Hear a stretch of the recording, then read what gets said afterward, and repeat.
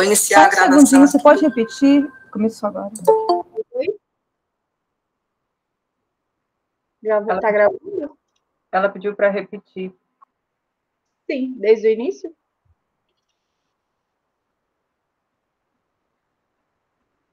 Não sei, amiga, se é desde o início.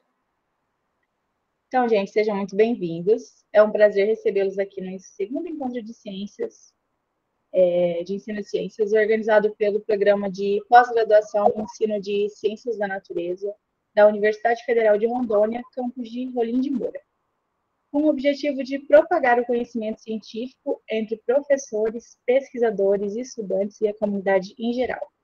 É com grande satisfação que estamos recebendo hoje, nessa tarde, a professora Angélica, que vem com a temática Possibilidades de Pesquisa com a Utilização de Microdados e Estudo de Casos a partir do portal do INEP. Vou agora apresentar a professora Angélica para vocês. Ela é graduada em Ciências Biológicas na Universidade de Cuiabá. Ela tem especialização em Didática do Ensino Superior e em Zoologia. E ela é nossa mestra aqui do PGSN em Ensino de Ciências da Natureza, que se formou na turma de 2021.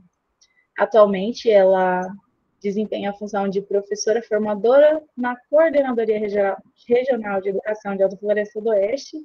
Então, professora, muito obrigada por aceitar esse convite de estar aqui com a gente hoje. Seja bem-vinda e fique à vontade, a palavra é sua. Obrigada, Aline, obrigada. É uma satisfação estar aqui nesse evento, ser apresentada por você, ter todo mundo que está a fim de saber sobre a proposta, porque é uma proposta, a minha palestra é uma proposta, e também dizer que é uma honra, porque o primeiro ensino foi feito pela minha turma em 2019, coordenado também pela professora Kátia, que encabeçou tudo, sempre nos orientou em tudo que precisávamos. Na época, fui cerimonialista e organizadora de evento. Enfim, agora eu estou aqui tendo o privilégio de falar sobre uma trajetória que eu tive dentro do PGSN e ter resultados para apresentar é uma satisfação muito grande para mim. Então, eu vou projetar aqui a minha tela. Depois só me dá um ok.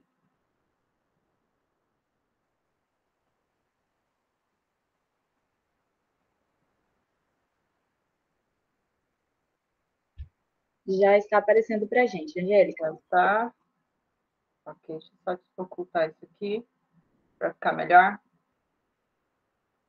Então, quando a professora Kátia me procurou, falou, vamos palestrar, vamos falar sobre a sua pesquisa, afinal de contas, foram 2 anos e meio me dedicando a ela, e aí eu pensei no início da minha trajetória, sabe? Eu entrei com uma proposta no mestrado, mas eu acabei desempenhando uma outra pesquisa, que exigiu muito de mim, e eu quero muito falar sobre isso. Quero falar para vocês sobre os meus desafios e mostrar para vocês também que existem vantagens em trabalhar com esse conjunto de dados que é riquíssimo em informações, que é o portal do INEP. Então, eu trago hoje as possibilidades de pesquisa com utilização de microdados, estudos de caso a partir do que tem dentro do portal do INEP. Bem, para começar, a gente vai falar o que é microdados, né? Microdados são um banco de dados, né? No caso do censo demográfico, por exemplo, a unidade de coleta é o indivíduo. É um questionário aplicado para cada pessoa residente em todo o país. Assim, um banco de microdados de um censo é aquele que cada linha é um indivíduo e cada coluna traz uma característica específica aplicável àquela unidade de análise. Então, eu quero saber o que acontece na educação, eu vou procurar o banco de dados referente à educação. Eu quero saber sobre população em geral, eu vou atrás do banco de dados do IBGE. Eu quero saber se a pessoa tem geladeira em casa, televisão. Então, hoje, eu tenho condições de fazer uma pesquisa que que engloba o país inteiro, se eu quiser, a partir de um banco de dados. Eu não preciso me deslocar até o local para saber essas informações. E isso é um privilégio. Nós estamos tempos onde as informações estão todas ao nosso alcance e nós devemos, podemos, e nós que somos pesquisadores, temos a obrigação de estarmos atentos. Porque depois que você é inserido numa pesquisa, você passa a olhar tudo como uma possibilidade. Às vezes você está num local que te chama atenção, um fato que te chama atenção, você diz, meu Deus, alguém precisa escrever sobre isso. E aí que eu chamo vocês a pensarem comigo sobre as possibilidades de fazer pesquisa, de escrever artigo. Eu sei que tem gente que produz o tempo todo, né? Não importa se está produzindo para TCC, se está produzindo para projeto, para buscar um mestrado, buscar um doutorado, se está fazendo uma dissertação, uma tese.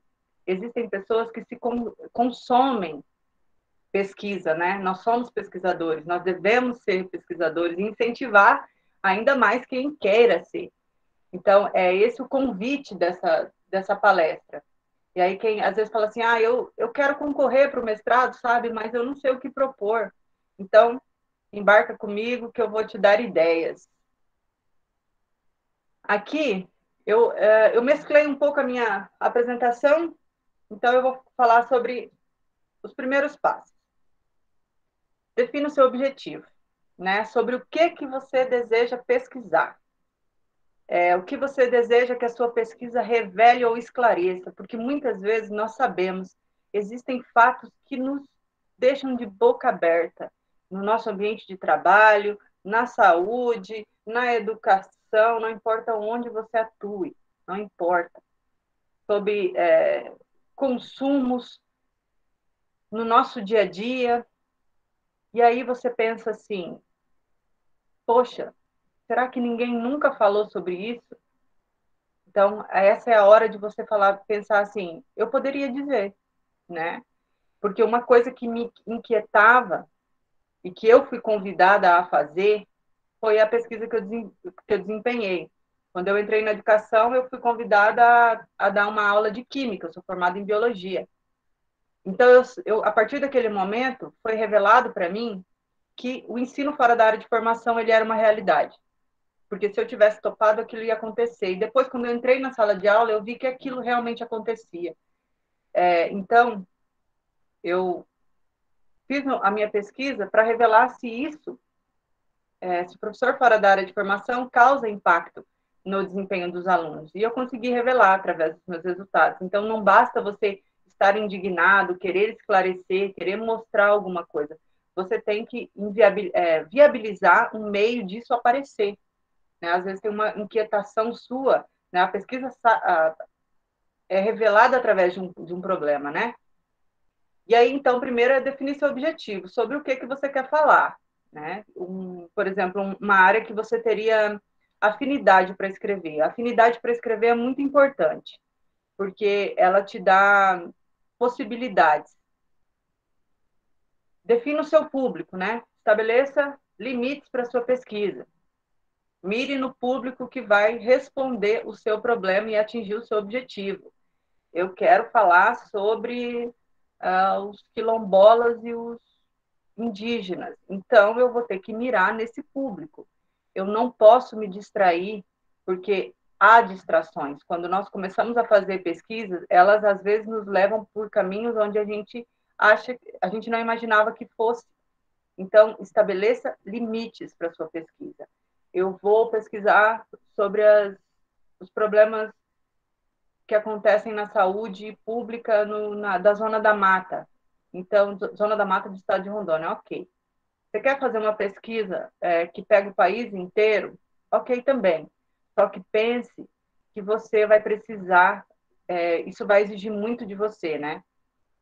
E aí você tem que ver até que ponto você tem tempo para isso, você tem questões financeiras que viabilizem a sua pesquisa nesse sentido. Então, às vezes, você limitar a sua pesquisa é um bom caminho.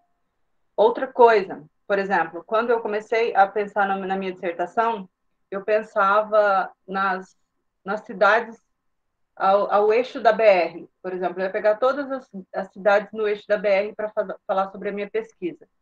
E aí eu vi que ia ser pouco. Então, ao invés de eu limitar ainda mais a minha pesquisa, eu expandi. Eu peguei todas as escolas do estado de Rondônia. Isso também causa um impacto. Então, hoje, eu posso falar que o resultado da minha pesquisa trouxe uma resposta sobre as escolas estaduais de todo o estado de Rondônia. Então, estabelecer até onde vai a sua pesquisa também é muito importante. E refinar os resultados, né? No caso aqui, dos bancos de dados do INEP, é aplicar os filtros, que depois eu vou mostrar para vocês.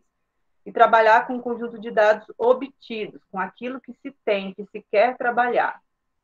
Óbvio que é um processo, né? A partir do momento que você passa pelas bancas, você recebe informações e sugestões que vai fazer sua pesquisa melhorar e mudar também, né? Você tem que estar aberto a isso. Muitas informações paralelas são reveladas nesse processo. A gente tem que avaliar a pertinência de inserir ela na pesquisa ou não, porque a partir do momento, mesmo que você limite, eu vou trabalhar com uma escola em um município, você vai ver a quantidade de dados, a quantidade de informações que aquilo é revelado. E aí, de repente, você está falando sobre educação, mas a sua entrevistadora cita a saúde dela. E aí você fica pensando, mas será que eu entro nesse assunto? A minha sugestão, depois de passar pelo crivo, não, não, limite, entre no foco, porque senão você começa a dar muitas voltas, né? A pesquisa começa a oferecer muitas voltas e você perde o seu objetivo. Você não pode perder o seu objetivo de vista, né?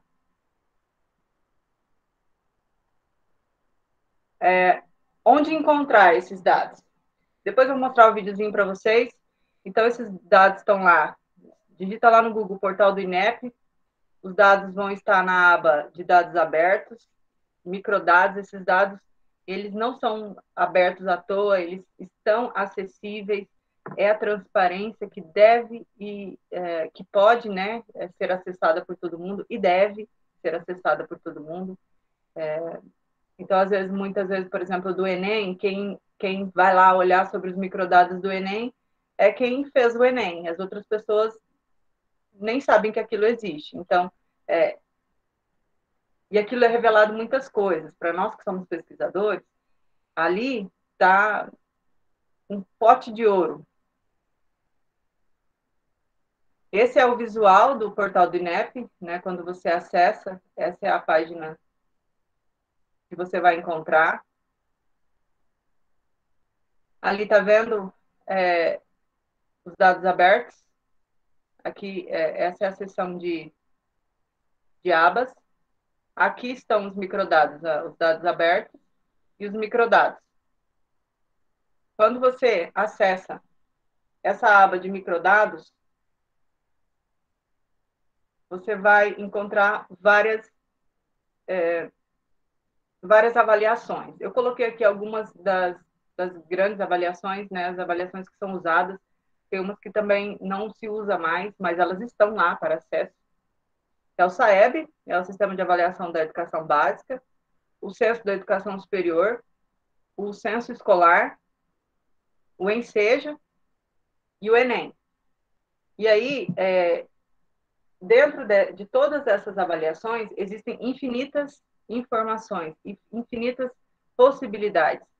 Então, se você não sabe ainda sobre o que você quer falar, eu convido você a dar um tour, a fazer um tour mesmo pelo portal do INEP, ver todas as informações que esse banco de dados oferece para vocês, porque uma dessas avaliações, ou cruzando uma com a outra, que é o que eu fiz, na minha dissertação eu cruzei as avaliações do censo escolar, que traz sobre a formação dos professores, a atuação deles nas escolas, com o desempenho dos alunos no Enem. Eu cruzei essa informação. Então, a partir disso, eu soube avaliar se a formação do docente influenciava sobre o desempenho do aluno no Enem, né? Eu consegui cruzar esses dados a partir de duas avaliações. E elas se cruzam o tempo todo, né? Porque você vai falar sobre o SAEB, você acaba cruzando com o Enem também, porque ele também é aplicado nos terceiros anos do ensino médio. Então, estar atento a isso, faz você abrir os olhos, né? O Enseja, ele é aquele antigo provão, que você avança, né? Elimina matérias e avança no ensino. Você pode até se formar fazendo só o Enseja. Você faz a sua inscrição. É óbvio que quem vai documentar, por exemplo, o Enseja, são as secretarias de CEJA. Eles documentam o Enseja, né? Porque a documentação escolar, ela não é feita de forma remota, né? Não é feita online. Há sempre uma instituição que vai regularizar a parte de documentação. Mas o meu convite é mais ou menos esse. Vai lá, explora, dá uma olhada em tudo, em todas as possibilidades. É o que eu disse aqui, né? Explore as opções, veja que há uma sinopse estatística que traz muitas informações e talvez o que você deseja. Gente, essa sinopse estatística, ela é feita em todos os anos. Então, às vezes, por exemplo, eu utilizei o banco de dados do Censo Escolar e do Enem, mas eu citei o tempo todo a sinopse estatística. Por quê? Aquilo que eu buscava, o dado que eu buscava de comparativo entre anos, a sinopse estatística já trazia aquilo para mim. Ela é um resumo e ela traz ano após ano fazendo um comparativo entre os exames, por exemplo. E aí, essa sinopse estatística, só ela, sozinha, ela já é uma riqueza. Dá para escrever uma tese em cima disso, tranquilamente. Então, se você pensa em possibilidades de pesquisa, eu convido você a conhecer a sinopse estatística da educação básica, que está lá no portal do INEP, né? Outra coisa que eu escrevi ali embaixo também existe um site próprio para acompanhar sobre o alcance ou não das 20 metas do PNE, né? Do Plano Nacional de Educação. Nós sabemos que o Plano Nacional de Educação ele vai até 2024, tanto que ele já está sendo pensado, né, para renovação.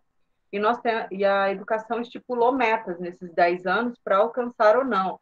E através daquele site que eu coloquei ali, observatório.pne.org.br, você consegue ver, meta por meta, o quanto o seu estado alcançou, o quanto o país alcançou, o quanto a sua cidade e a sua escola alcançou. Então, é uma lupa. Se você quiser fazer uma pesquisa hoje falando sobre uma meta do PNE, a nível de Brasil, a nível de região, de estado, de município e de escola, você consegue fazer esse funil. Você consegue fazer comparativos de outros países, da educação de outros países, as metas de outros países com as metas brasileiras, o quanto a gente vai conseguir atingir dessas metas, né, nesse tempo. Então, esse site, o Observatório, ele traz gráficos prontos, gente. Ele traz gráficos prontos. É incrível. Né? Cada avaliação nacional tem o seu espaço e nele há a opção de escolha por período e por ano. Quando eu falei assim, limitem a sua pesquisa, eu vou estudar vou falar sobre a saúde do professor. Tá, de que ano? Né? De que ano até que ano? Você vai fazer um comparativo, você vai fazer uma pesquisa de evolução, então estabeleça o tempo.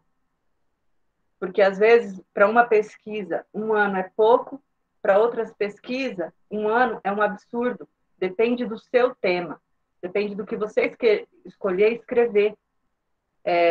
Então, analisar isso também é muito importante na hora de escolher a pesquisa. Aqui ficou meio ruinzinho, mas quando eu clico, por exemplo, lá na aba de censo escolar, aparece para mim aí, ó, os dados de 2020 do censo escolar, 2019, 2018, 2017, todos os anos. E esse link aqui embaixo é o link para download. Tem sempre que lembrar, isso foi recomendado para mim, eu recomendo também, de não fazer pesquisa do ano no ano atual, por exemplo. Faz sempre 2 anos atrás. Por exemplo, eu estava no mestrado em 2019, eu estava fazendo uma pesquisa sobre os dados do Enem de 2017. Por que isso? Porque existe um tempo de atualização, para atualização desses dados, né? Esses dados estão sempre sendo atualizados. por exemplo, de 2019, os dados de 2019 do censo escolar, ele foi atualizado a última vez dia 19 de março de 2020. Então, de repente, uma pessoa que estava escrevendo uma pesquisa em fevereiro de 2020, ela já não pode, ela já descredibiliza um pouco a pesquisa dela. Alguém vir aqui e ver que esse dado ele foi atualizado em março, entendem? Isso aí descredibiliza um pouco a sua pesquisa. Então, pegue sempre 2 anos anteriores, para você ter aquele conforto de poder falar sobre um assunto que está enterrado, né? Que está encerrado. Aí, quando eu peço lá para baixar, eu coloquei aqui o exemplo do download da sinopse estatística, né? Ele vem nessa pasta aqui, que nós já conhecemos esse modelo. Aí vai abrir essa outra pasta aqui. Aqui estão os dados, é um volume de dados bem grande, depois eu vou falar sobre o volume de dados, eu sofri bastante com isso. E aí ele vai fazer um download, vai abrir aqui para mim no Excel, onde vai apresentar os dados. Essa aqui é a sinopse estatística da educação básica de 2017, que eu citei a sinopse estatística de 2017, 2018 e 2019 na minha dissertação, né, na referencial teórico. Então, aqui esse é o visual que você vai encontrar. Por quê? Porque essa planilha tem várias abas. E aí eu vou mostrar para vocês as abas, algumas abas que tem aqui na sinopse estatística, tá? Então, lá eu vou ter dados sobre a matrícula, sobre os docentes, sobre as turmas, sobre os estabelecimentos. Por exemplo, eu estou falando isso, mas parece que é uma coisa pequena. É incrivelmente absurdo de grande. Eu coloquei aqui embaixo para vocês, como exemplo, essa aba aqui, ela fala sobre o número de estabelecimentos da educação básica por localização, dependência administrativa, segundo a região geográfica. Ou seja, de cada região do país, norte, sul, leste, tudo. De cada estado, cada município, eu tenho as informações. Então, aí, de cada município, eu tenho as informações ainda das esferas federais, estaduais, municipais e privadas. Então, eu preciso só, por exemplo, eu vou falar sobre o estado de Rondônia inteiro. Então, eu não preciso somar. Aqui aparece para mim a soma já. Então, eu pego lá Brasil, região norte, Rondônia, ele já me dá o quantitativo total daquilo que eu quero. Por exemplo, eu trabalhei só com escolas estaduais, então eu não precisava somar de município em município, ele já me dava a soma. Isso é bem legal também, porque é uma coisa que ajuda muito o nosso trabalho, porque a gente sabe que a gente corre contra o tempo quando a gente vai fazer uma pesquisa, a gente tem prazos, né? Então, por exemplo, se você quiser falar só sobre matrículas, é uma pesquisa. Se você quer falar só sobre o docente, a sua atuação, quantas escolas ele atua, se isso influi no desempenho desse professor, é uma pesquisa, ok? Estou falando aqui, por exemplo, estabelecimentos. Se você quiser fazer comparativos entre federais e estaduais, ou entre federais e estaduais, é uma boa pedida, né? Aí, entre municipais e estaduais, também é uma outra pedida, dependendo do tema que você quiser comparar. Aí, aqui o nosso assunto desenrola, que são as possibilidades mesmo, que é o foco da minha palestra de hoje, que é a possibilidade de cruzar esses dados, né? Por exemplo, eu coloquei para vocês aqui o que eu fiz, o que uma colega minha fez e o que outro colega meu também fez. Isso tudo dentro do mesmo programa, tá? Né? A gente estava falando sobre o que afeta o desempenho dos alunos do Enem. Eu falei sobre a formação dos professores. Então, eu cruzei sobre a formação dos professores da área de ciências da natureza, né? Eu não peguei o Enem de todas as áreas. A gente está no mestrado de ciências da natureza, então eu falei do desempenho dos alunos em ciências da natureza na prova do Enem. E cruzei com o Enem. Outra colega minha, ela falou sobre a estrutura física das instituições de ensino militarizado, né? Ela citou muito ensino militarizado, ela oferece algum fator que afeta o desempenho do aluno. Outro aluno meu, outro colega meu, ele falou sobre a formação dos professores, só que não foi igual à minha pesquisa, sabe por quê? Porque eu falei sobre a formação dos professores no Enem. Então, eu peguei os alunos do terceiro ano do ensino médio. Ele falou sobre a formação dos professores do ensino infantil. Então, ele pegou os dados do SAEB, ao invés de ser os dados do Enem. Entendem? É uma mesma pesquisa. Nós tínhamos orientadores e co-orientadores iguais. Eles tiveram a jogada, a sacada de pensar em nos colocar numa mesma pesquisa, com públicos diferentes. Nós tivemos resultados completamente avessos, né? Porque eu estava falando, embora eu estava falando também das instituições estaduais, a gente teve dados muito diferentes porque são públicos diferentes, né? Então, às vezes, pensa assim, vai trazer o mesmo resultado, para que escrever isso? Não é. Não subestime os seus futuros resultados. E aí, eu vou falar algumas coisas aqui para vocês nesse momento. Por exemplo, eu falei para vocês sobre o PNE, né? O alcance das metas do PNE é uma das sugestões que eu dou aqui. Aí você pode ver o alcance da meta do PNE dentro do seu estado, como o seu estado ele reagiu a esses 10 anos de proposta, que foi uma proposta de alcance de metas, né? Da sua cidade, da sua escola, do ensino médio, quanto o ensino médio chegou perto de atingir as metas, do ensino infantil, do ensino fundamental. Você pode fazer isso com vários públicos. As metas do PNE, como eu disse, elas já podem oferecer para você uma possibilidade de pesquisa. Outra coisa que você pode falar também por exemplo, eu não sou da área da educação, eu sou da área da economia, da finança, matemática, eu quero falar sobre números, eu quero desempenhar uma coisa que envolve cálculos. Você pode falar sobre os orçamentos. Hoje a gente tem acesso, tudo é muito transparente, então você pode falar sobre os orçamentos previstos e os gastos, os orçamentos que são destinados, comparar isso a outros países. Você pode falar, por exemplo, sobre o piso salarial do professor, comparando isso com o salário mínimo, a evolução. Você pode oferecer uma proposta de orçamento para implantação de avaliações online, fazer custo-benefício com avaliações presenciais, por exemplo. Se você acha que esse modo de ensino agora ele veio para ficar, você acha que isso não pode ser passado em branco, escreve.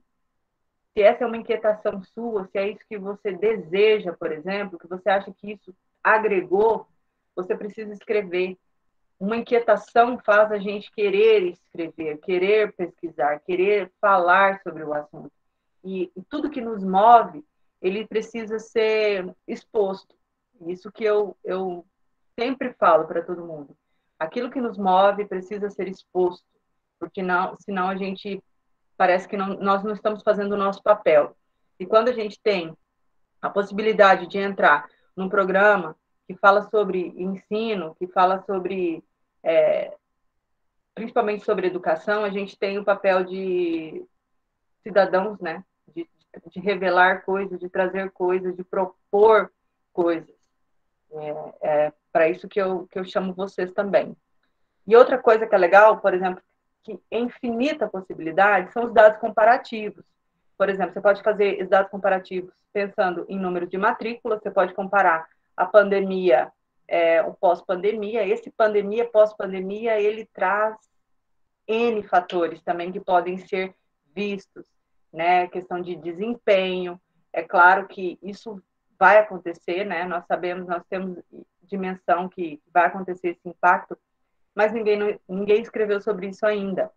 Então, quem está fazendo pesquisa pós-pandemia, não se esqueça, né? Quem vai escrever, quem vai usar esse banco de dados que inclui o ano de 2020, 2019, 2021, né? 2021, não se esqueçam que vocês vão ter muita visibilidade, porque muita gente vai querer saber o que aconteceu, né? Principalmente com a educação, né? Porque nós realmente paralisamos.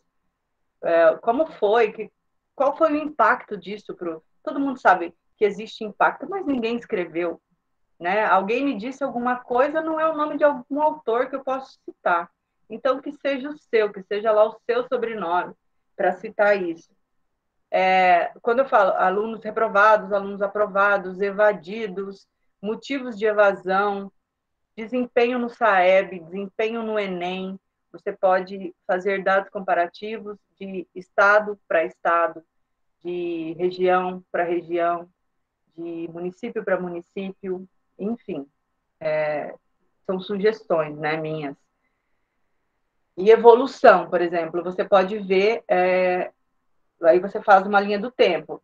Você pega a evolução no desempenho de avaliações, desempenho, por exemplo, de acesso à internet. Será que hoje, nas escolas, está tendo o mesmo número de acesso de internet que tinha há um tempo atrás? Eu acho que aumentou, né? Porque o ensino exigiu que aumentasse. Então, ninguém escreveu sobre isso ainda, gente. É uma coisa óbvia. Ninguém escreveu sobre isso. Se alguém for falar sobre isso, não tem ainda citação pós-pandemia. Entendem? Vocês hoje, que estão iniciando uma pesquisa agora, têm essa possibilidade. Né? O quantitativo de escolas com laboratórios, por exemplo, como que foi essa aula virtual, fazer essa entrevista com os professores, laboratório de informática, laboratório de ciências, como que foi desenvolver isso, enfim, N possibilidades. Estou falando algumas coisas aqui para você. Ah, mas eu sou da área da saúde. Você pode falar sobre o impacto da pandemia aí, por exemplo, na saúde física e emocional dos alunos, dos professores, dos funcionários. Isso pode ser visto, pode ser escrito e deve, né? Tudo que pode, deve também. Então, essas são algumas das propostas que eu chamo vocês a pensarem, eu provoco vocês a pensarem sobre possibilidades. Igual eu falei para vocês, nós tínhamos uma pesquisa, nós distribuímos em 2 públicos, transformou em 2 pesquisas. Então, lá no manual, existe o manual de instruções e existem os filtros, que são os códigos, né? Por exemplo, eu trabalhei com professores formados na área de biologia, física e química, então eu tinha que aplicar os códigos de acordo com a formação deles. Isso aí são letras e números. Isso aí é uma pesquisa à parte, uma pesquisa individual sua. Você pega os dados brutos, eu peguei os dados do Enem, para o primeiro filtro, eram os dados do país inteiro. Eu tive dificuldade com o meu computador, porque ele estava toda hora travando. Eu só consegui trabalhar com os meus dados a partir do momento em que eu comecei a filtrar. Quando eu transfiro ele para o Excel, eu aplico o filtro lá no Excel, tem o filtro, né? Eu aplico o filtro do estado de Rondônia, aí sim, eu tirei os dados do resto do país inteiro. Não, primeiro eu apliquei o filtro da região norte, né? Aí então eu tirei as outras regiões, depois eu coloquei o filtro do estado de Rondônia, tirei os outros estados aqui da região norte, aí sim eu estava com as minhas escolas. Daí eu tive que tirar o quê? As escolas particulares, eu tive que tirar as escolas municipais, porque eu estava trabalhando somente com as estaduais. Então, a partir daquele momento, eu fui refinando, eu fui trazendo o meu público para mim. Depois disso ainda, eu ainda tive que aplicar, depois do filtro, deixa eu lembrar, eu trabalhei só com o 3º ano, né, do ensino médio da escola regular. Então, eu tirei os IFES, as escolas de institutos federais, né, que trabalham com o 3º ano, elas foram tiradas também. Enfim, esses foram os dados excluídos da minha pesquisa, que também devem ser citados. Não pense que aquilo que você não usa não tem que ser citado, não. O seu passo a passo deve ser dito na metodologia, né? E aí sim eu tinha os meus dados refinados, aqueles dados que eu ia trabalhar. A partir disso, eu comecei a escrever. Só que deixa eu dar um adendo aqui para vocês. Isso aqui é dica de ouro também. Esteja em harmonia com seu orientador. você pode apresentar uma proposta de pesquisa, mas esteja aberto para as novas possibilidades. A pesquisa pela qual eu concorri ao mestrado não foi a que eu desenvolvi. Por quê? A minha orientadora não tinha perfil para desenvolver aquela pesquisa.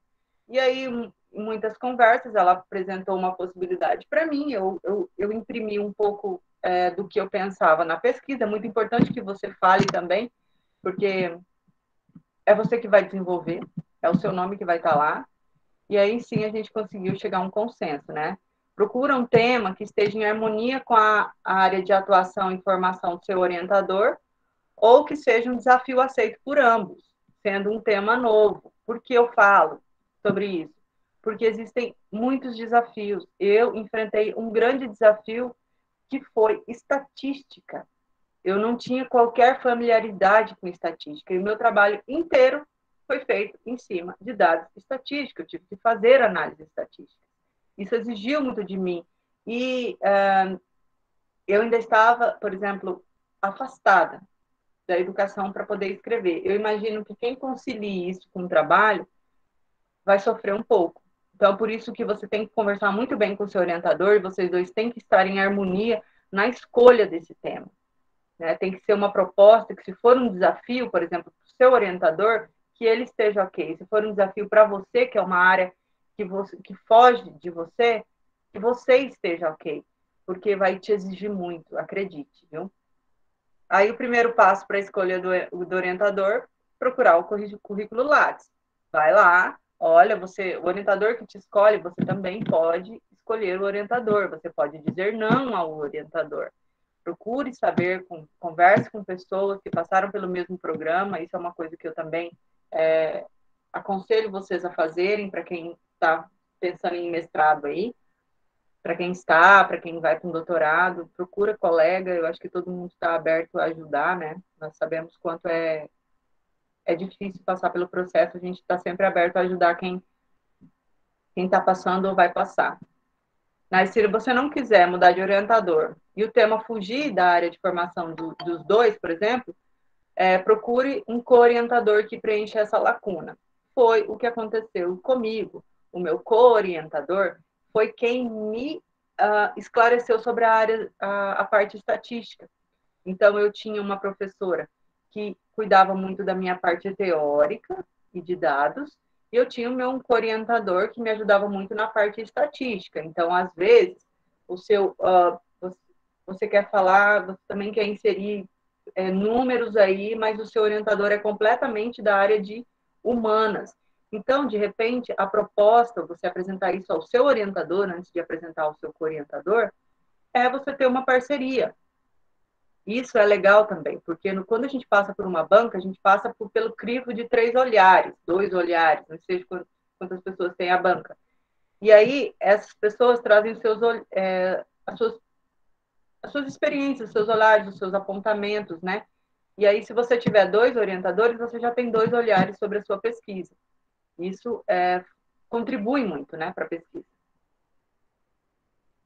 Não se esqueça da metodologia, né? Pense o tipo de pesquisa que você quer desenvolver e o tempo que você tem para executá-las.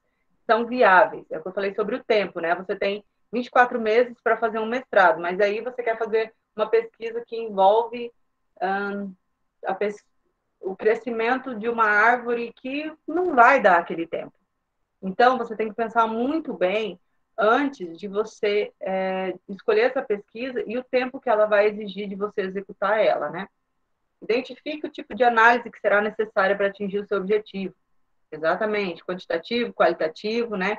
Trace um caminho para atingir o seu objetivo, identifique se a sua pesquisa vai ter o perfil qual e quanti. A minha pesquisa, ela é muito quantitativa, mas é óbvio que atrás de tudo isso existe uma pesquisa bibliográfica que ela traz o qualitativo, né? Então, ela foi qual e quanti. Então, é legal você também estabelecer isso aí. Siga os seus manuais de instruções, siga os manuais de instruções da sua instituição de ensino, pesquise as pesquisas já feitas, né, os trabalhos já feitos pelo seu programa ou seu curso e se inspire. É isso que eu quero oferecer para vocês, inspiração. E a gente ir lá no banco de dados, no banco de dados, e ler as outras dissertações, ir nos repositórios, é uma prática que tem que ser frequente, viu? E aí, para a exposição dos resultados, o que eu falo para vocês é a quantidade e a natureza dos dados a serem apresentados irão determinar a ordem da divisão, que devem ser relacionadas com a colocação das hipóteses. Isto é, das afirmações nelas contidas. O que eu trago para vocês aqui? Separe. Se você tem muitos dados, separe ele em divisões, divida ele em conjuntos, em tabelas, em grupos, divida, faça aquilo ser uma leitura entendível para todos, né? Você está falando de repente para o pessoal aí das exatas, mas o pessoal da humanas precisa entender, ok? A linguagem tem que ser clara também, né?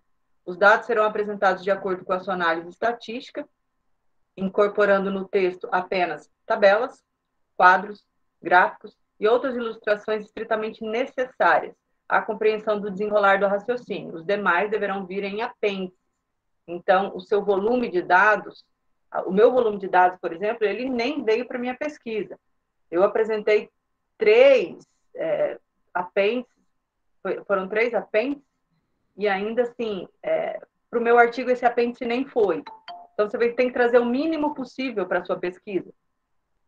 E sintetizar isso precisa ser escrito e visualmente visto, principalmente no que inclui análise estatística e dados que trazem informações quantitativas. Isso precisa ser exposto de maneira clara em tabelas, em gráficos, que ajuda no esclarecimento da sua pesquisa.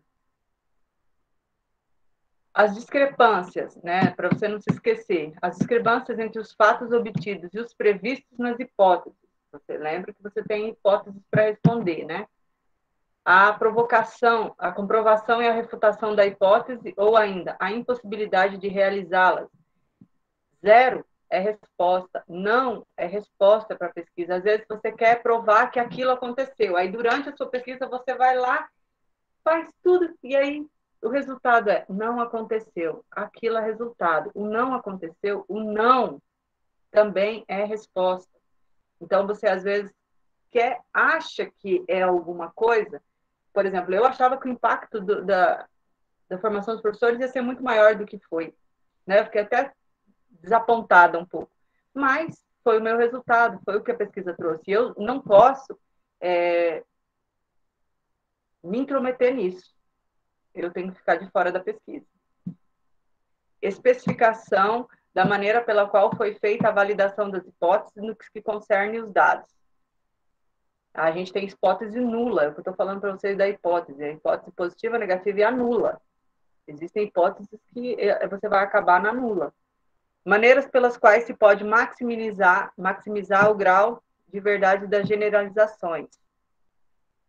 Às vezes pessoas, é o que eu estou falando, pessoas acham que aquilo é uma verdade. Você pesquisa e mostra que aquilo não é uma verdade. Então, você traz à luz, né, uma nova informação. Conhecimento popular e conhecimento científico. Nós estamos inseridos no conhecimento científico, né, as revelações científicas. Como as provas obtidas mantêm a sustentabilidade da teoria, determinam sua limitação ou até a sua rejeição. Então, você não pode fazer uma campanha política com a sua pesquisa. Você defende aquilo com unhas e dentes, se você na sua pesquisa ali de artigos, você encontra um autor que fala o contrário daquilo, você fica bravo, fala, como é que alguém vai falar sobre isso se é o contrário? Você não é defensor do seu tema, da sua dissertação. Você é o escritor. Você precisa, e é rico você trazer, porque aquele negócio de toda unanimidade é burra, a gente tem que meio que trazer isso para a pesquisa, sabe? Sabe assim, quem discorde disso? Quem discorda disso é fulano, ciclano e beltrano. Então, essa pesquisa traz isso, mas a pesquisa do fulano traz o contrário, porque você mostra que as verdades, elas podem ter diferentes interpretações, as coisas podem ter diferentes verdades, diferentes interpretações, né? Não se agarre à sua pesquisa. Aí as dicas de ouro, elas estão contidas nos repositórios, nos livros, nas revistas, nos eventos, no Google Acadêmico, no Cielo, nos sites, claro, que a gente fala nos sites recomendados, né? E nos documentos. Por exemplo, você vai falar, se é da área de direito, você precisa estar o tempo todo ali com as leis, né?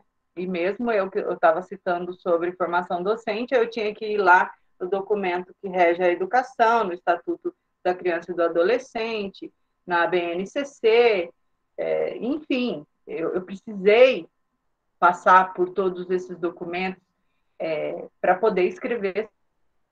E os sites são esses sites, né, mesmo da educação, sites da justiça, sites do IBGE, sites que trazem coisas que podem ser, trazer dados científicos. Não se esqueçam, existem coisas muito legais na internet, escritas que às vezes você fala, poxa vida, olha que frase legal, ia casar com o meu texto, mas ninguém publicou aquilo. Aquilo está escrito num site aleatório. Você não pode citar fulano aleatório disse isso, entende? A gente, depois que entra na pesquisa, a gente vê que não basta ter ideias, é necessário publicar. Então, a dica de ouro é essa aí. E alice as tecnologias, né? Hoje, por exemplo, você pode... Cara, eu não sei como os colegas da minha turma que estavam fazendo pesquisas, de ir a campo, apresentar questionário para aluno, para professor, eu não sei como eles se desenrolaram durante a pandemia, porque a minha turma, eles pegaram um período antes da pandemia e período pandêmico. Então, às vezes, você fez lá, passou pelo CEP para você fazer uma pesquisa de campo, uma análise de uma entrevista, uma aplicação de questionário, e aí a pandemia chegou.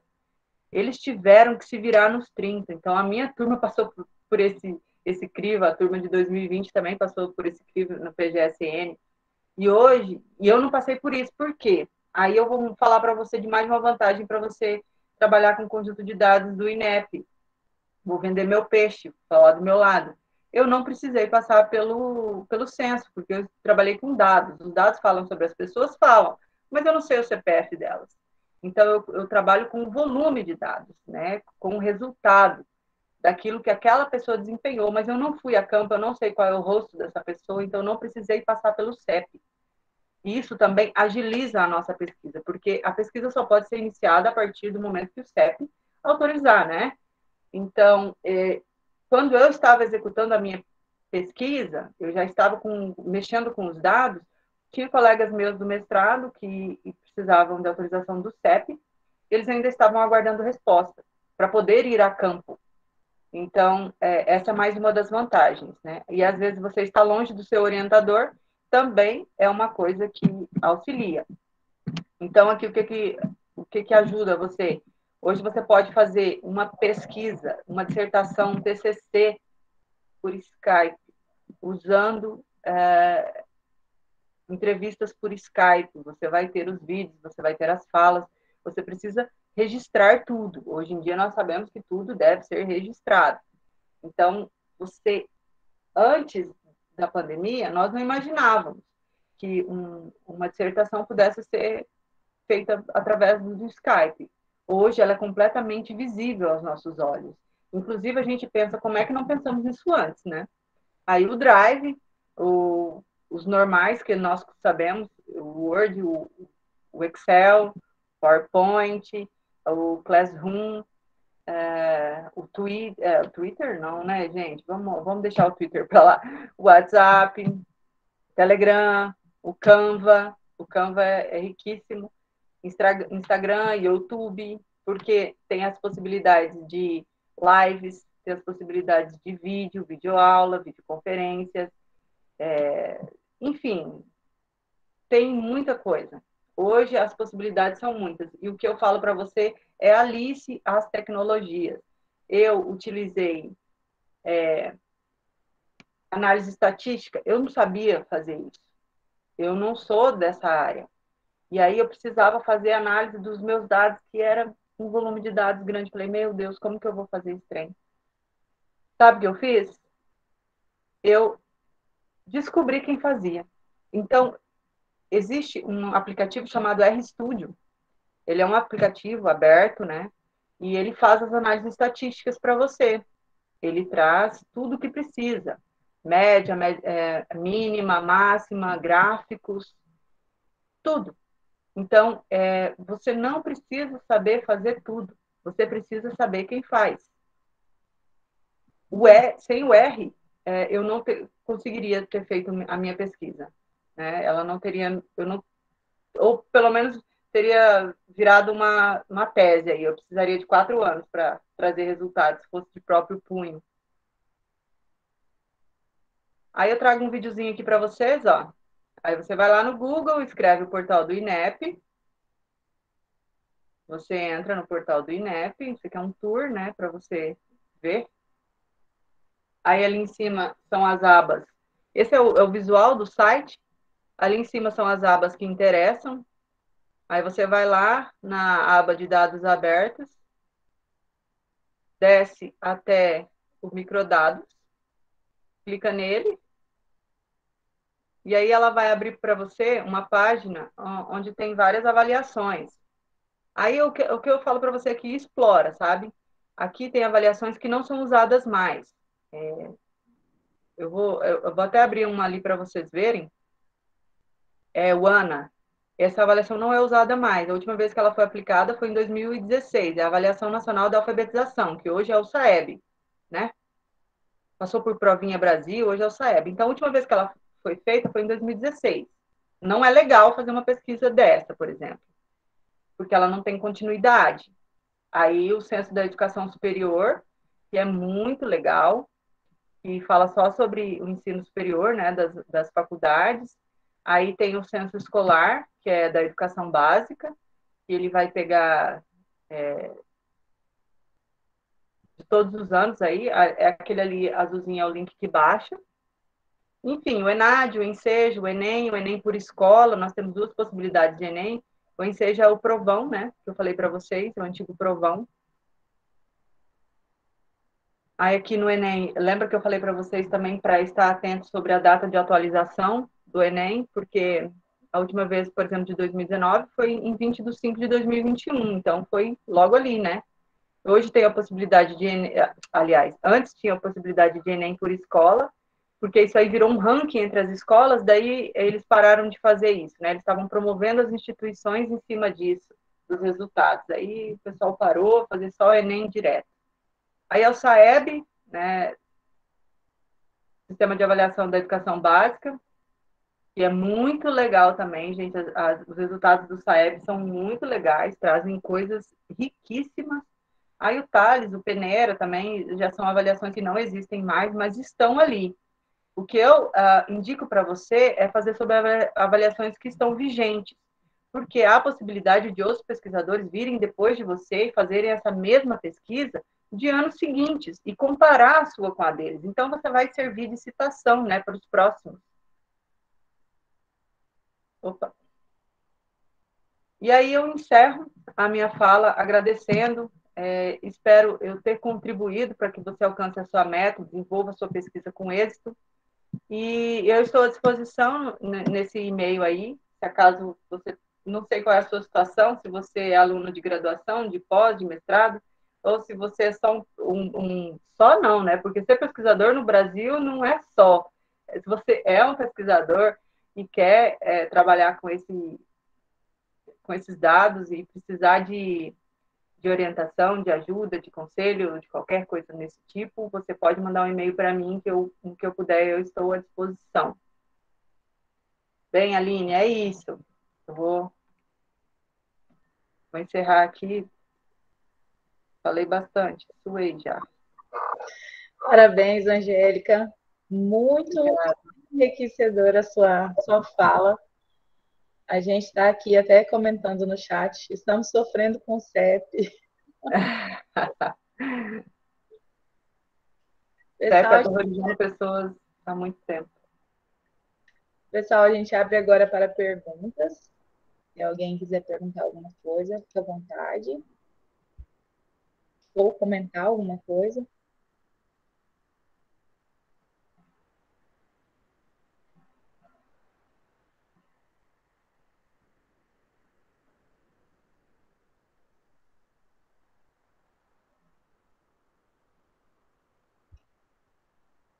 Ninguém tem dúvida, Aline?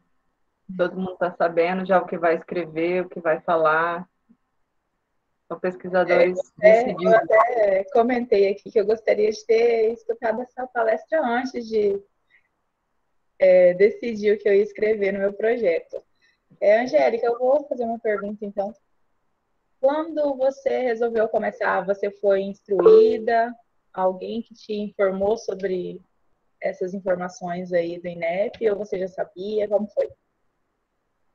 Não, eu era completamente nova no assunto, entrei, como a maioria dos mestrandos entram no programa, tem com aquele projetinho debaixo do braço, assim, que a gente concorreu, vai lá, defende ele na hora da entrevista, e aí, de repente, a minha orientadora olhou para mim e falou, não vai rolar isso aí não comigo.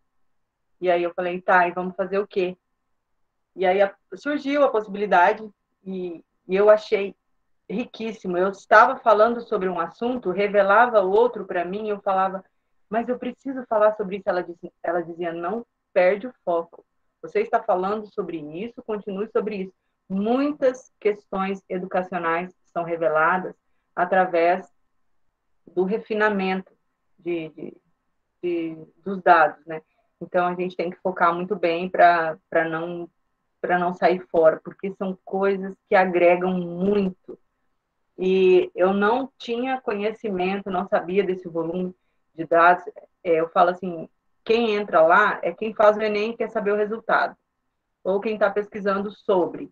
As pessoas não têm o hábito de fazer tour, né? Eu quero saber como é que está o estado de Rondônia no Enem, no geral. Não quero saber só daqui da minha cidade, porque o pessoal da minha cidade acaba falando aqui sobre o que acontece. Então, eu já sei. Então, o pessoal não tem esse hábito de fazer esses tours. E aí, se você fizer, se você tiver né, na veia, assim, a vontade de escrever sobre assuntos, você fica louca, porque tem muita informação. E aí eu fui pega completamente de surpresa. E o que eu disse, para mim, o bom foi porque eu consegui desenvolver a minha pesquisa bem rápido, porque eu não precisei passar pelo CEP. Que bom que essa palestra foi gravada para a gente propagar essas informações aí para os próximos mestrandos que estão por vir, né, com as suas pesquisas. Angélica, É uma ideia. Alguém mais quer perguntar alguma coisa? Aline, trabalhar com microdados é uma forma de fugir do CEP também, né? É uma boa fuga, viu, Leandro? Porque nós estamos aqui pelejando, pelejando, meu Deus, o trem empata, o trem não vai. Poderia ter assistido bem antes, né, Aline, essa palestra. Deveríamos. Maria Aguiar levantou a mão. Maria, fica à vontade. Boa tarde. Quero parabenizar a nossa colega Angélica, colega de trabalho. Muito bem explicado, muito bem explanado sua temática, parabéns. E apenas assim, fazer um desabafo, né? Na hora que você falou para a gente conhecer o orientador e às vezes o projeto da gente muda, né? Quando a gente se inscreve no mestrado, eu tenho essa dificuldade. Eu já tentei algumas vezes entrar no mestrado, porém, como eu sou da área de tecnologia, eu não atuo em sala de aula, né? E aí, quando eu escrevo alguma coisa com tecnologia, pelo menos é isso que eu sinto, né? Os orientadores não veem o meu projeto com bons olhos, porque, de certa forma, eu não atuo em sala de aula. Eu atendo estudantes, né, atendo professores, mas, de certa forma, eu não ensino, né? Assim, não tenho conteúdo para ensinar, até porque não é obrigatório o uso do laboratório de informática, né? Então, assim, eu tenho essa dificuldade, ainda não me encaixei no mestrado ainda para eu conseguir entrar. Então, apenas esse sentimento, né, E assim, quando a gente começa a assistir as palestras de vocês, que já entraram, que já terminaram, aí começa a vir algumas ideias diferentes, né, para a gente mudar, né? Às vezes eu vou ter que mudar a minha temática para eu conseguir. Aí eu só queria deixar esse desabafo mesmo. Obrigada. Obrigada, Maria. Não pense que eu entrei de primeira, não, viu? Eu entrei de terceira. Na minha terceira tentativa é que eu entrei. O que eu te falo, assim, continue. E, assim, olhe o currículo Lattes do programa, dos professores que atuam no programa que você pretende entrar. E, por exemplo, eu sou coordenadora dos LI, que é os Laboratórios de Informática da escola, aqui de Alta Floresta. Então, eu posso falar para você com propriedade que só se você for falar sobre os LI, sobre os laboratórios de informática, você já tem um tema. Então, aí você já tem um público, você vai atuar com essas pessoas ali. E aí você já pode pensar assim, essas pessoas que estão atuando ali, elas têm formação para isso? Quem são essas pessoas que estão ali por trás desses laboratórios? Né? Como elas foram postas ali? Como o laboratório surgiu na escola?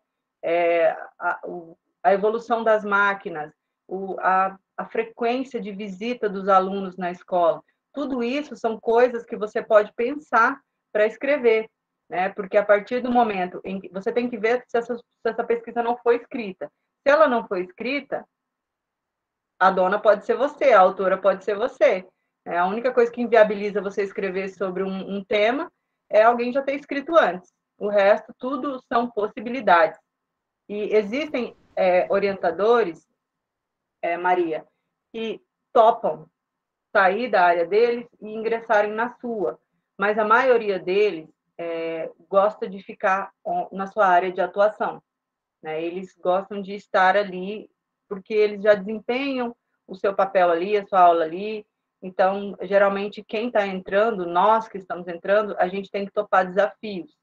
Eu topei o desafio da estatística. Eu falo para você hoje, com toda a sinceridade do mundo, eu não toparia se fosse hoje o início do mestrado, porque eu sofri muito. Eu sofri muito nesse percurso. A estatística foi um bicho de 7 cabeças para mim. Deu certo? Deu. Mas foi a duras penas. Poderia ter sofrido menos, vamos dizer assim. Mas valeu a pena, a pesquisa está feita. Só pense assim, né, nessa questão assim, dos dois toparem, sabe? Ser uma conversa honesta entre você e seu orientador. E a gente pode escolher também. A gente tem muito esse negócio, o orientador me escolheu, então tá bom, tudo bem, não quero nem saber no que ele é formado. E não é bem por aí.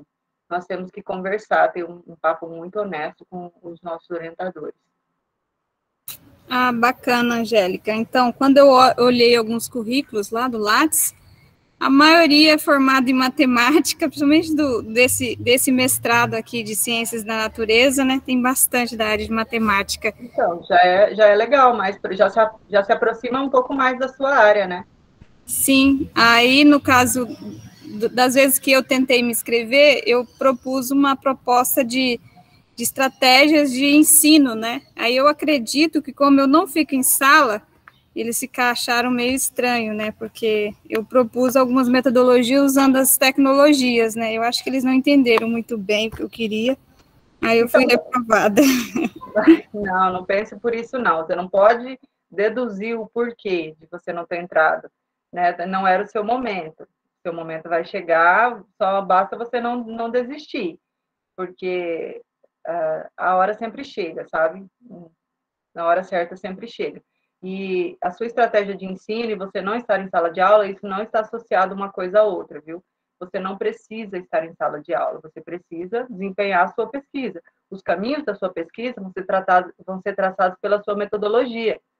Se você vai aplicar um questionário, qual que é a diferença você ser da escola ou não ser da escola? Nenhuma. Né? Eu sou professora aqui em Alta Floresta. Se eu vou fazer uma pesquisa usando os alunos lá de Rolim de Moura, eu não atuo lá. Então, isso não muda nada, tá? Não pense que foi por isso, não, porque não foi. Realmente, Angélica, você pontuou algo bem específico, assim, porque eu não atuo em sala de aula, e estou inserido no mestrado. Eu consegui aprovação antes mesmo de acabar a graduação. Tipo assim, não sabia nem que nós tomava uma sala de aula. E fui trabalhando conforme, tudo que você falou aí foi conforme, tipo assim, eu fui desenvolvendo minha pesquisa em cima disso, sobre o que o orientador trabalha, também puxando para o meu lado também, da área que eu gosto de trabalhar, igual a moça acabou de citar, aquela área tecnologia. A princípio também, meu projeto iria trabalhar sobre softwares na educação, no ensino de química. Daí minha orientadora surgiu uma proposta, e eu falei assim, bora, tô dentro. A gente tá aí, até hoje. Porque o mestrado, a primeira coisa que a gente passa no mestrado quando a gente entra é pela desconstrução.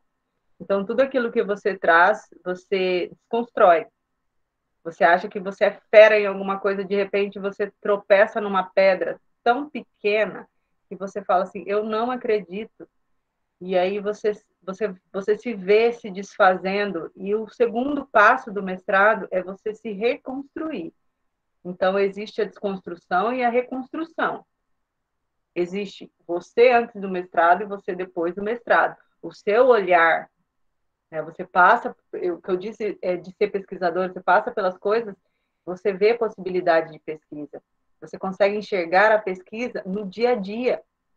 E esse olhar, o mestrado traz muito para a gente, essa sensibilidade, né, de desenvolver pesquisa com qualquer coisa, por qualquer coisa. A professora Kátia está fazendo a pesquisa no quintal da casa dela, quem assistiu a, a, a oficina deles, foi ali na fazenda dela, pensando, ela queria e desenvolveu.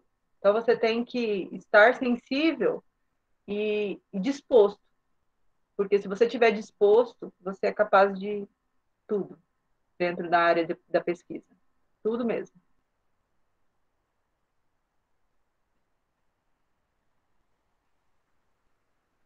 Obrigada de novo, Angélica. Mais alguém gostaria de compartilhar, pesquisar alguma pergunta? Muitos elogios aqui no nosso chat, todo mundo Obrigada, obrigada. quiserem esse vídeo vai ficar gravado. Eu acho que vai ser assim, uma ótima recomendação para qualquer pessoa que está tentando um mestrado. Seria o primeiro vídeo, assim, o top 10 para você assistir, porque todas essas dúvidas a gente tem mesmo, e vai quebrando as barreiras com o tempo, né? Se a gente tem uma orientação dessa no início, é muito bom. E a Maria, a gente troca bastante figurinha, ela vem tentando bastante mesmo entrar no mestrado, acho que segunda ou terceira vez, né, Maria? Mas, assim, é igual a Angélica falou, acho que não era o momento, né? Não era o momento. O momento dela vai chegar, só ela não desistir, só não vai chegar se ela desistir. Se ela desistir, aí não vai chegar mesmo, viu, Maria? Isso. Não desista. Obrigada, Angélica. Nada, mas quando eu estava pensando no mestrado, eu ficava exatamente fazendo esse tipo de pesquisa, sabe, Fernanda? Eu entrava no Google, no YouTube, e falava assim, dicas para entrar no mestrado, dicas de pesquisa para desenvolver no mestrado, propostas de projeto para mestrado. Eu não sei se vocês fizeram isso. Eu fiz, e muito. Então, eu vi relatos de muitas pessoas, mas nós sabemos também que nem todo mundo tem a veia de youtuber, né? Nem todo mundo grava o que pensa, o que fala, as experiências que vive. Então, é legal ter isso aqui na internet para acesso de todos, porque tem muitas pessoas que estão buscando escrever um projeto para concorrer e não sabem nem por onde começar. Então, isso aqui é um caminho. Eu não estou falando para você fazer uma pesquisa sobre essa, eu tô te abrindo seus olhos, mostrando um caminho. Existe um caminho. E que você não precisa estar ali na escola, batendo de porta em porta. Você pode trabalhar aqui no seu computador com um volume de dados e você vai ter resultados. Então, é legal a pesquisa humana, é muito legal. É muito legal assistir defesas de colegas meus que foram incríveis, o retorno deles. Mas eu, por exemplo, hoje eu consigo alcançar mais longe fazendo uma pesquisa aqui com o meu banco de dados do que os meus colegas. Por exemplo, eu não consigo fazer uma pesquisa para ir em loco em todas as escolas estaduais de Rondônia. Mas eu aqui usando o meu conjunto de dados, eu utilizei todas as escolas de Rondônia, entendem? Às vezes o impacto dessa pesquisa, ela acaba sendo até maior, porque eu trago resultados de um estado inteiro. E aí eu consegui chegar até todas as escolas sem sair da minha casa. Angélica, Espero que você consiga, Keila. Espero que você consiga também. Você, a Maria, todo mundo que pretende entrar. Espero ter direcionado. Eu estou à disposição caso vocês precisem, viu? Angélica, eu me lembro no início da sua pesquisa, quando você me passou a sua temática, e eu justamente fiquei pensando como ela vai pesquisar todas as escolas do estado de Rondônia. Mas fiquei com aquela pulguinha aqui, né? Não, eu falei, não vou perguntar, deixa para lá. É bem por aí, em casa. Hoje em dia a gente faz tudo em casa, né? Por causa do ensino, das tecnologias. Né? Hoje você pode, antes, cara, para a gente aplicar questionário, sabe o que a gente fazia? A gente mandava no e-mail, dependia de professor querer ou não. Hoje em dia você pode marcar aqui, ó, um Skype com a pessoa, gravar, fazer tudo por aqui. Hoje a gente consegue pensar em mais formas disso acontecer. Hoje o WhatsApp, através do WhatsApp, você pode desenvolver uma pesquisa. É incrível. Pessoal, alguém mais? Esse link aí, Aline, Angélica, se vocês quiserem copiar, é a playlist do canal, né, do Ensina. Então, vai estar todas as palestras que aconteceram no Ensina, nessa semana inteira, né, vai ter muita coisa. E aí dá para entrar em cada palestra depois para compartilhar o link. Tá? Ainda não tem link, porque está sendo gravado essa, e amanhã a gente já publica o da Angélica aí, viu, Angélica? Vai ficar bombando o seu lá. Legal, legal. Vou compartilhar com o pessoal daqui que não pôde assistir. Isso, essa playlist, então, ela está sendo atualizada diariamente. Então, quem não consegue assistir no horário aqui da nossa palestra, depois dá uma procurada lá. Alguém mais? Alguma pergunta para a nossa professora Angélica?